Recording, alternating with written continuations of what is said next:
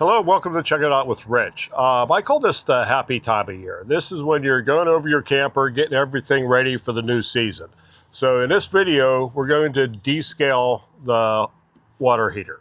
Now I did this 2 years ago and we've had it now for 4 years. And I'm pretty regular, if I'm not using it for a while, I will drain it and flush it out. We're going to put a camera in there to see how well I've been cleaning it out. I'm thinking there's going to still be some scale in that in there. We'll do that in a minute. I want to go over the tools you're going to need for this. Okay, you're going to need a socket and a ratchet or a wrench. And they actually sell a tool that is for these. But this is 1 1/16 inch. And this is for the Anode Rod. Now you can either reuse the Anode Rod to come out or buy a new one. Now here's my Anode Rod from last year. Now I had replaced it, I think during the summer. So this is fairly new. We're going to reuse this.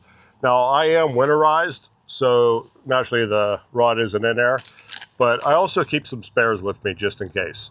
You're also going to need some type of wand to flush it all out. And you're going to need some Teflon tape for the Anode Rod. I also have this 1-inch brush that I use to clean the threads. It comes in pretty handy. And just in case, I have a 3/4 inch MPT tap. So just in case the threads get a little dirty or gunked up, I can run this in and clean them up real nice.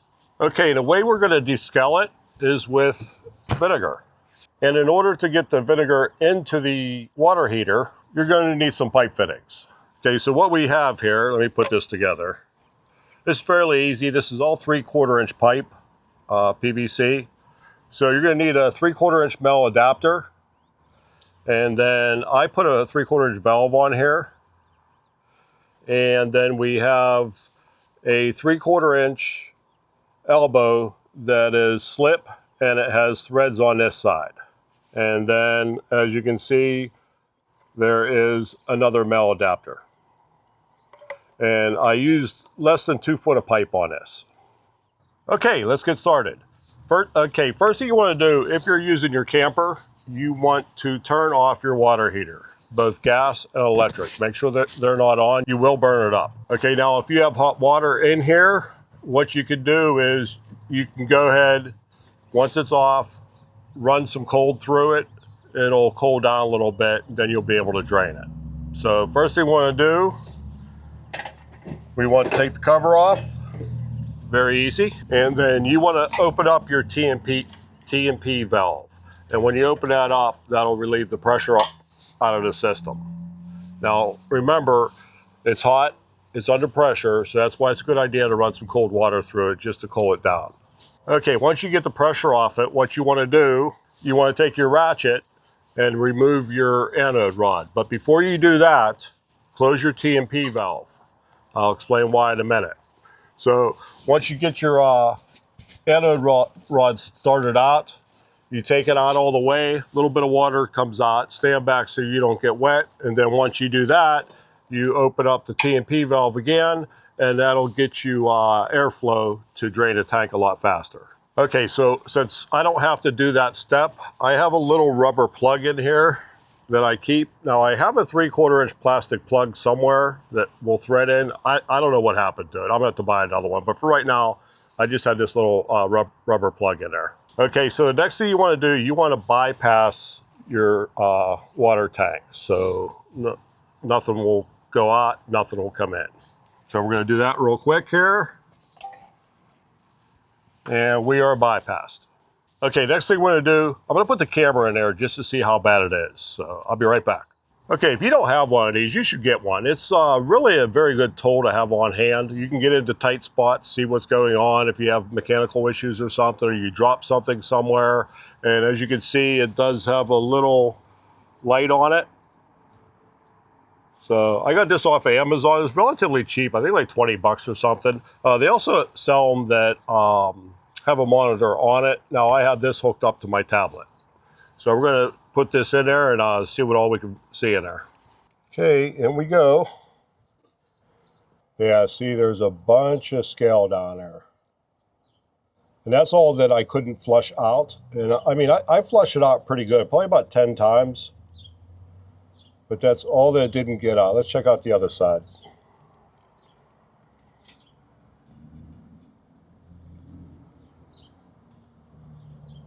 It's hard to see. Can't tell exactly where we're at here.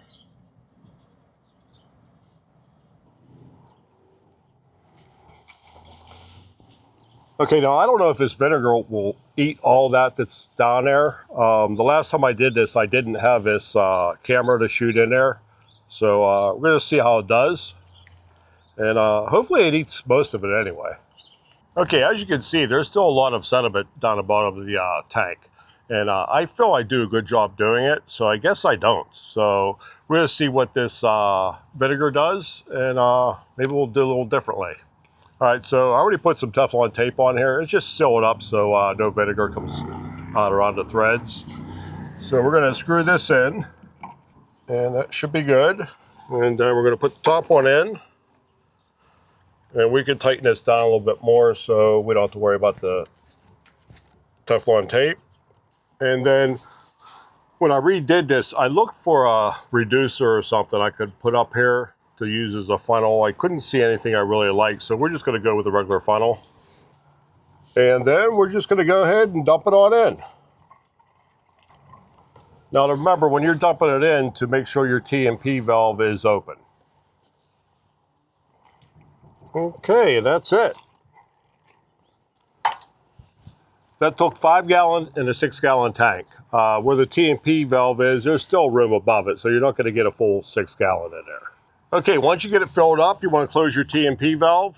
And then, I like this since I redid it, I have the valve here now, so I could turn that off in case anything happens here. I could actually go and take this off. Now you're going to get a little bit of vinegar coming out, but that's okay. That way it's not sticking up or anything, so hopefully Becky doesn't come by and knock this off. But okay, next thing I'm going to do, I'm going to bring the hose over and hose this down just to get the vinegar off of everything. And then the next thing you do is you wait. Tomorrow after work, I'll come home and we'll drain it out. I'm going to drain it into a bucket just to see what all sediment comes out of there. Now, some people will go and turn this on. I've never done that. I don't think it'll hurt. I don't know if it helps, but I've never done it, so I'm not going to do it this time. But if you want, you can go ahead and do it. Other people do it, so it's perfectly safe. Okay, so I guess I'll see you tomorrow. Okay, this sat for about 24 hours, so we're going to drain it out and into the bucket. I don't know if you can see the bucket, but trust me, there's a bucket down here. One thing I like about this setup as compared to what I did before, I do have the valve here, so I can turn it, a little bit might come out, and then open the valve, and then it comes out. And oh yeah, there's a bunch of stuff coming out. And then we'll open up the T&P valve, relieve some pressure, and there it goes.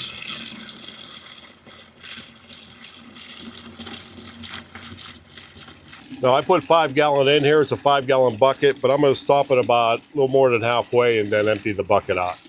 Yeah, you can see a bunch of stuff floating around there. So let me close the valve here. Yeah, this works very nice with the valve. I'm glad I did that. I actually lost this piece, so that's why I built a new one, and then I figured, well, I might as well put a valve on it. All right, let me dump this out and I'll be right back. Okay, I emptied out the bucket. Let's take a look inside. I didn't empty it out all the way. But as you can see, there are some solids in there. Okay, let's empty it out the rest of the way. Okay, so it's about done draining. We're going to go ahead and take this out. And then I'm curious if this broke down all that gunk that was at the bottom. So we're going to put the camera in and we'll see what's left. You know, if you don't have one of these, I would strongly suggest getting one. They're not that expensive. So let's go ahead and see what we have here. Yeah, from what I'm seeing here, we got a lot of it out. I think if I would have left this for 2 days, I think it would have eaten it all up and been pretty clean. Yeah, so it did eat a lot of the calcium buildup that was on the bottom. So we're going to go ahead, flush it out a bunch of times. I'm going to dump it into the bucket and we'll see what all we come up with. Okay, now I like this wand. Some people said they've had the plastic tubing here come off. This is, I don't know how many years old, 8 years old, maybe more. I've never had it come off. And what I like about it is there's a rubber washer here, gasket, that seals it up pretty good once you stick it in. So we're going to throw it in there and swoosh it around a little bit. Move the bucket back. Okay, we'll get this filled up, and we want to spin that around a little bit. Get that nice and try to get all the area sprayed. And we're going to let that fill up for a little bit and then see what comes out. All right, I got the water off. I'm going to hold the bucket up here a little bit, try to catch some of this.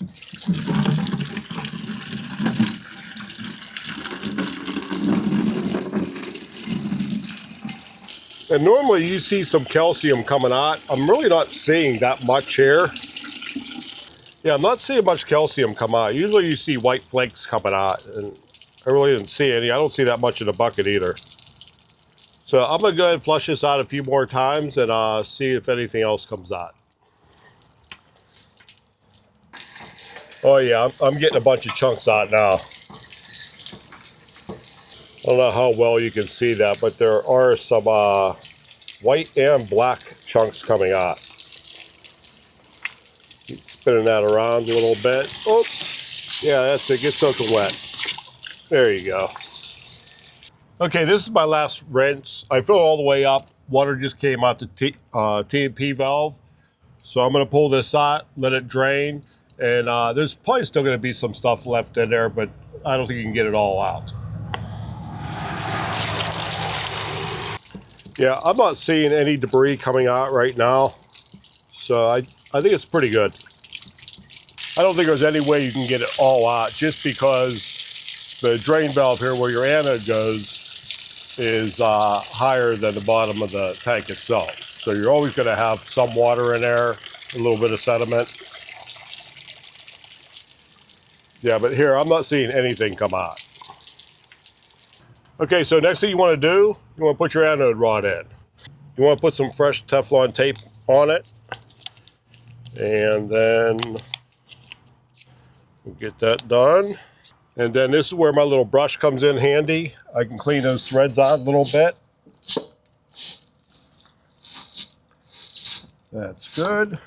And then sometimes these are a little hard to start just because this is so long. It wants to go like that. So try to do your best to hold it in there and turn it at the same time. You do not want to cross thread this. So if you just put your thumb on it with one hand and turn it with the other, you'll have no issues. Okay, next we want to go ahead and tighten her up.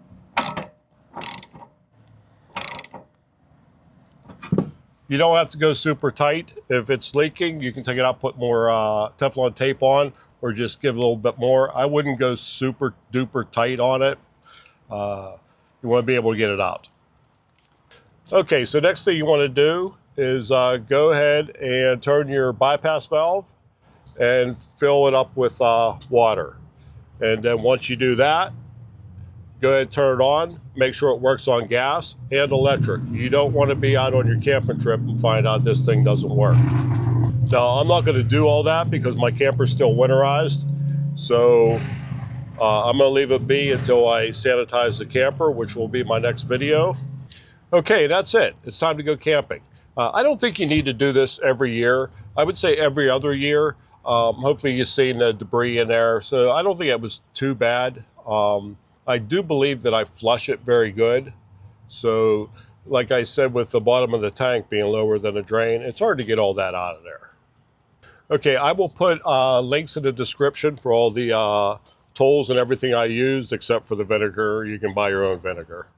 And like I said, my next video will be on sanitizing the fresh water system. I actually do that a couple times a year. It all depends on how long the camper is setting.